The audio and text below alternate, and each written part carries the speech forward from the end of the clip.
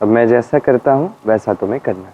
किंतु तुम तो इतने अच्छे नर्तक हो और मैंने तो कभी जीवन में नृत्य नहीं किया और मुझे तो कोई मुद्रा भी नहीं आती है, तो मैं कैसे सीख पाऊंगी? ठीक है, मैं समझता हूँ तुम क्या कह रही हो। मेरी बात ध्यान से सुनना। ये जो संगीत है, ये जो धुन है, इसे कानों से नहीं सुनना है, हृदय से सुनना है। इस हृदय में उसे अनुभव करना है, उसका आभास करना है। ये संगीत, ये सुर, ये धुन जब सीधे हृदय तक पहुंचेगा तो तुम्हारे कदम अपने आप मेरे साथ मेल खाएंगे।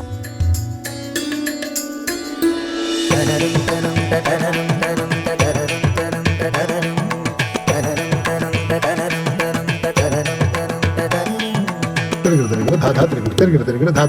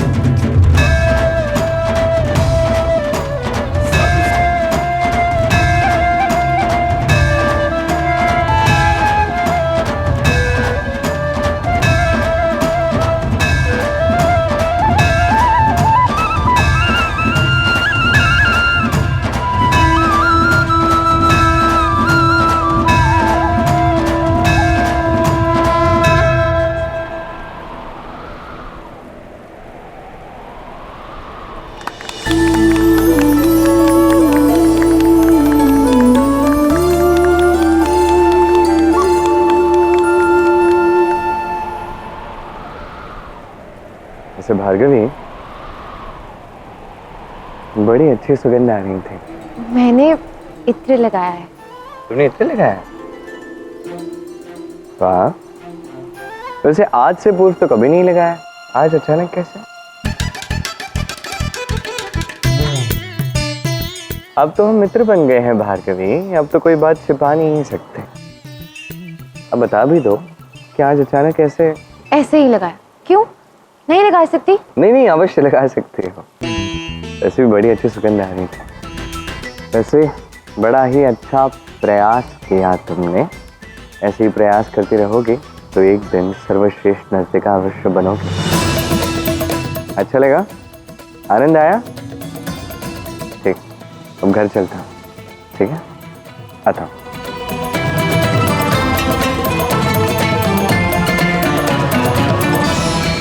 आज का नृत्य तो अत्यंत विशेष था, है ना भार्गवी? मानना पड़ेगा श्रीनिवास को। अभी तक तो उसे नृत्य करते हुए देखा था और आज उसे नृत्य सिखाते हुए भी देख लिया। और वो शिक्षक में कितना अच्छा है। किंतु देखो भार्गवी, माना कि श्रीनिवास ने तुम्हें बहुत अच्छे से नृत्य सिखाया और तुमने भी बहुत अच्छे से किया, पर अपने मन से ये आस निकाल दो कि तुम पद्मावती से श्रेष्ठ नृत्य कर पाओगी। पर वो जैसे तुम्हें सिखा रहा है ना, उसी में प्रसन्न रहो। श्रीनिवास ने मुझे वचन दिया है कि वो मुझे राजकुमारी जैसा नृत्य सिखाएगा, किंतु क्या वह सत्य में ऐसा कर पाएगा?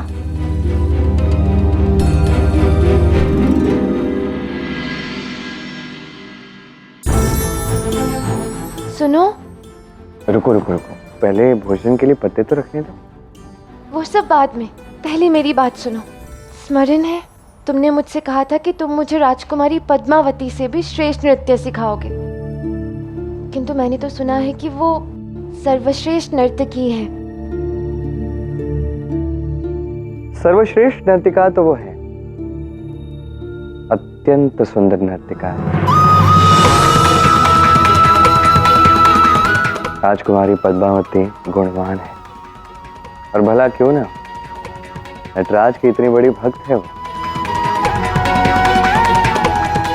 और नृत्य की बात की जाए तो वर्षों से वो नृत्य का अभ्यास करती आ रही है। पहले मुझे लगता था कि सब उनकी प्रशंसा इसलिए करते हैं क्योंकि वो राजकुमारी है, पर जब मैंने उन्हें नृत्य की शिक्षा दी तब ज्ञात हुआ कि नहीं, वो सत्य में एक सर्वश्रेष्ठ नर्तिका है। फिर तुम्हें मुझ पर इतना विश्वास कैसे है कि मैं राजकुमारी पद्मावती से भी श्रेष्ठ नृत्य कर पाऊंगी? क्योंकि वो तो वर्षों से नृत्य करती आ रही है और मैंने तो अभी आरंभ ही किया है ना। एक अत्यंत विशेष शब्द है भार्गवी, प्रयास। यदि निरंतर प्रयास हो तो एक कोमल रस्सी भी कुएं के कठोर पत्थर पर चिन्ह बना देती। और मुझे विश्वास है कि तुम प्रयास करोगे। एक और बात यह है कि गुणवान तो तुम भी हो, किंतु केवल गुणवान होना पर्याप्त नहीं है। इस वृक्ष को देखो, जैसे ये वृक्ष है वैसे संसार में कोई भी वृक्ष क्यों ना हो, उन वृक्षों पर कैसे फल आते हैं, वो कितने स्वादिष्ट होते हैं, तुम्हें ज्ञात है वो किस पर निर्भर करता है?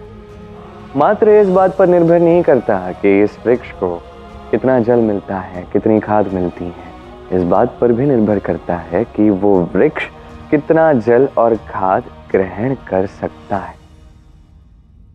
और सबसे महत्वपूर्ण बात, वृक्ष और माली, इन दोनों का संबंध। वृक्ष और वृक्ष को संभालने वाला, इन दोनों का एक अटूट संबंध होता है जो अत्यंत आवश्यक होता है वृक्ष के विकास के लिए। और उसी प्रकार सीखने वाले और सिखाने वाले के मध्य में भी एक अटूट संबंध होना चाहिए।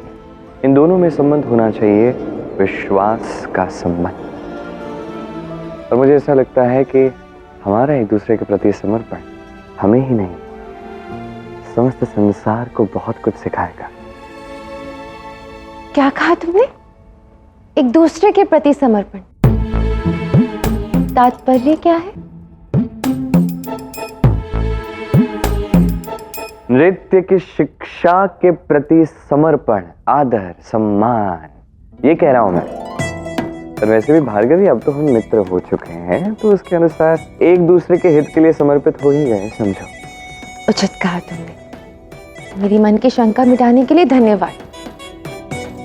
ऐसे एक बात सत्य कहूं, मैं ना राजकुमारी पद्मावती जैसा नृत्य सीखना चाहती हूँ, और वो नृत्य मेरा समर्पण होगा उनके प्रति। मेरी उनसे कभी भेंट तो नहीं हुई है, किंतु मुझे ऐसा लगता है कि वो अत्यंत गुणवान है, बुद्धिमान है।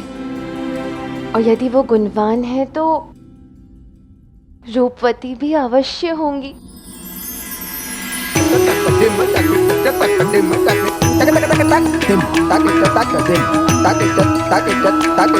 और अब जब मैं पहली बार उनसे भेंट करूंगी, उनसे मिलूंगी, तो उनके समक्ष एक नृत्य प्रस्तुत करूंगी जो कि तुम मुझे सिखा रहे हो, और उन्हें बताऊंगी कि वही मेरी प्रेरणा है।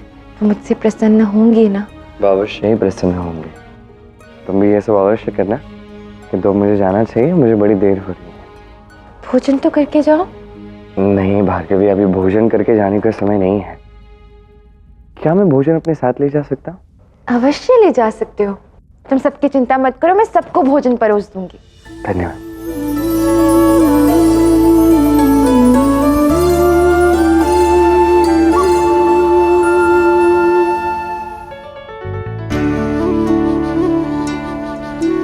तुम्हें प्रसन्न देख के मन प्रसन्न हो गया भार्गवी।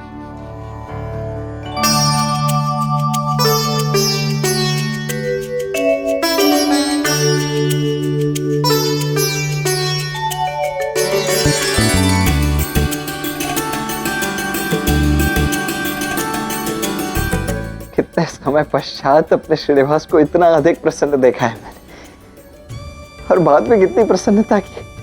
मेरे श्रीनिवास को प्रेम हो गया है। मन तो इतना आनंदित है कि मन कर रहा है समस्त संसार में ढिंडोरा पीट पीट कर सबको बताऊं कि मेरे श्रीनिवास को प्रेम हो गया है।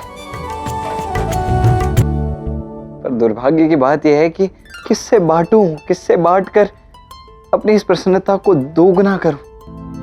इस समस्त राज्य में मैं किसी को जानता भी तो नहीं। आज तो आपका नृत्य अत्यंत ही सुंदर था राजकुमारी। कला की अभिव्यक्ति पर मन का बहुत प्रभाव होता है, और आज मेरा मन बहुत प्रसन्न है, इसलिए तो मैं नृत्य भी इतना अच्छा कर पाई। अब जब श्रीनिवास यहाँ आएगा ना मुझे नृत्य सिखाने, तो मैं उसके समक्ष यही नृत्य प्रस्तुत करूंगी। राजकुमारी पद्मावती श्रीनिवास के हित में कितना अधिक सोचती है। यदि इन्हें मैं श्रीनिवास के प्रेम के विषय में बताऊंगा तो ये तो अत्यंत प्रसन्न हो जाएंगी। प्रसन्न होकर कदाचित श्रीनिवास और भार्गवी के मिलन में उनकी सहायता कर दें। और श्रीनिवास के होने वाले ससुर अर्थात ऋषि भृगु तो इनके यहाँ पुरोहित भी है, तो राजकुमारी की बात कैसे डाल सकते हैं? अद्भुत, अविश्वसनीय, अप्रतिम। प्रणाम राजकुमारी। धन्यवाद। क्षमा कीजिए, मैंने आपके नृत्य की झलक देखी। क्या अद्भुत नृत्य किया है आपने। धन्यवाद। राजकुमारी, यदि आप बुरा ना माने तो कुछ एक विशेष बात कर सकता हूँ आपसे? हाँ अवश्य, कहो क्या बात है? बात यह है ना राजकुमारी की बात थोड़ी विशेष है, तो एकांत में बात कर सके तो।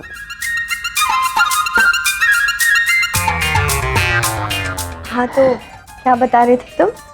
जी राजकुमारी जी, मुझे ना आपसे श्रीनिवास के विषय में कुछ महत्वपूर्ण बात करनी थी।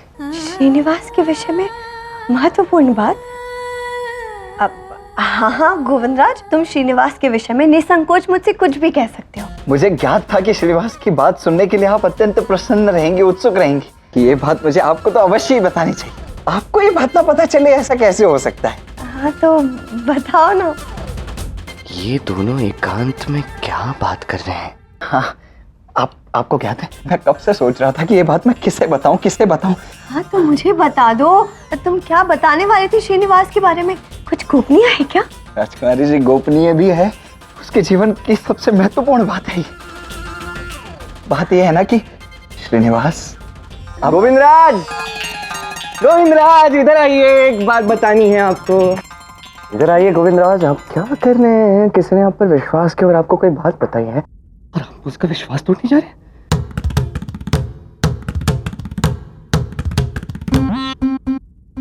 भार्गवी मुझसे प्रेम करेगी। आप मुझे वचन दीजिए कि आप ये बात किसी को नहीं बताओगे। हाँ, नहीं बता। नहीं, आपने किसी को अगर बता दी तो बहुत बड़ी समस्या उत्पन्न हो जाएगी। हाँ, नहीं बताऊंगा। मैं क्यों बताऊंगा किसे? और हुआ अभी आप बताएंगे? ये आप दोनों क्या कब से इशारे में बात कर रहे हैं आपस में? गोविंदराज, तुम श्रीनिवास के विषय में मुझे कुछ बताने वाले थे ना, कुछ विशेष, तो बताओ ना। यही बताएंगे। नहीं, जाओ जाओ।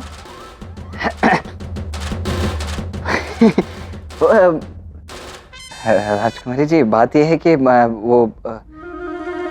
हाँ, मैं ये कह रहा था कि आज प्रातः से श्रीनिवास अत्यंत प्रसन्न दिखाई दे रहा है, तो ये जानकर मुझे बड़ी प्रसन्नता हुई और मैंने सोचा कि ये प्रसन्न होने वाली बात मैं किसे बताऊं, आपको बताऊं। किंतु कितना बड़ा मूर्ख मैं, जो आपको बताने चला था, ये सोचकर कि आपको ज्ञात ही नहीं होगा। आपको तो सब कुछ ज्ञात होता है श्रीनिवास के विषय में, क्योंकि श्रीनिवास तो आपके गुरु हैं। व्यर्थ ही आपका समय व्यर्थ कर दिया, क्षमा कीजिए, मैं जाता हूँ। नहीं गोविंदराज,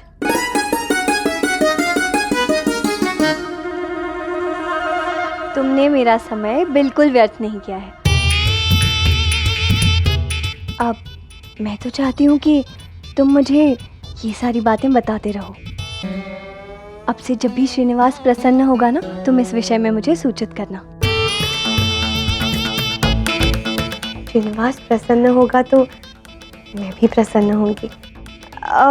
और फिर नृत्य श्रेष्ठ होगा। धन्यवाद गोविंदराज, मेरे साथ ये प्रसन्नता बांटने के लिए।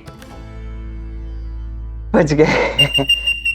क्या तुमने कुछ कहा श्रीनिवास के विषय में? नहीं, मैं कह रहा था कि समय बहुत अधिक हो गया है ना, मुझे मंदिर में कार्य होगा, अब मुझे चलना चाहिए।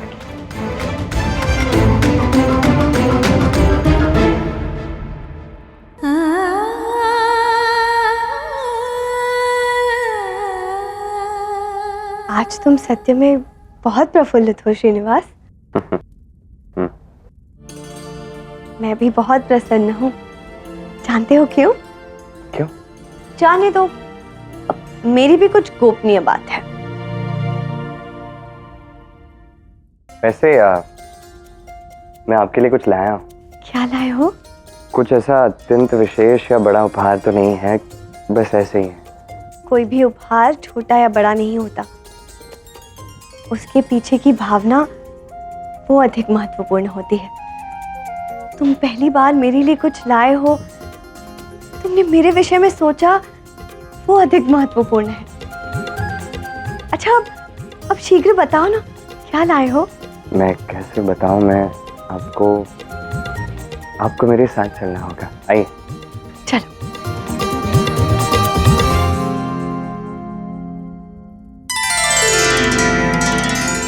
राजकुमारी आइए,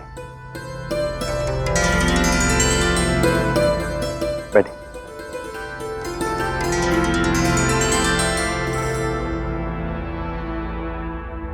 आपने उस दिन मुझसे कहा था ना कि आपको मेरे हाथ का भोजन खाना है, तो बस वही लाया हूं आपके लिए, अपने हाथ का बना भोजन।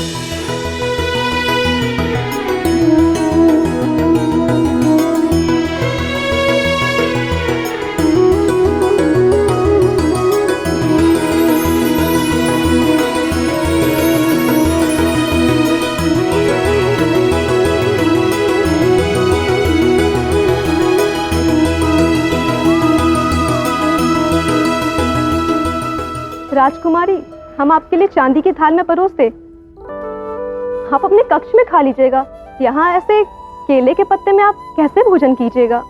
नहीं, मैं यहीं बैठकर इसी केले के पत्ते पे भोजन करूंगी।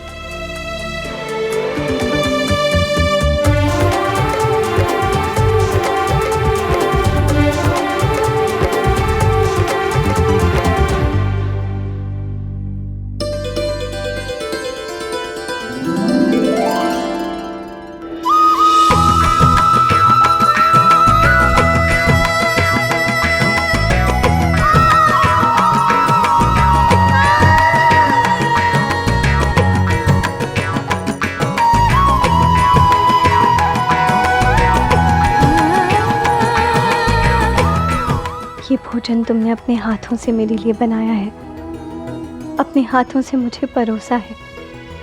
इसकी मिठास मैं कभी नहीं भूलूंगी श्रीनिवास।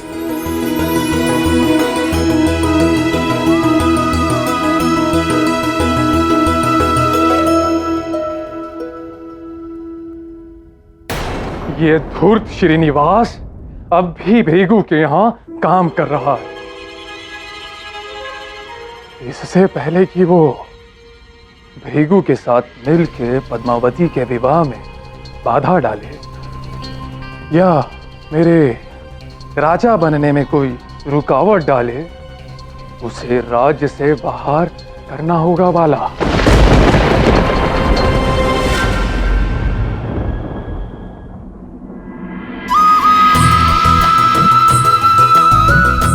अत्यंत स्वादिष्ट बना है।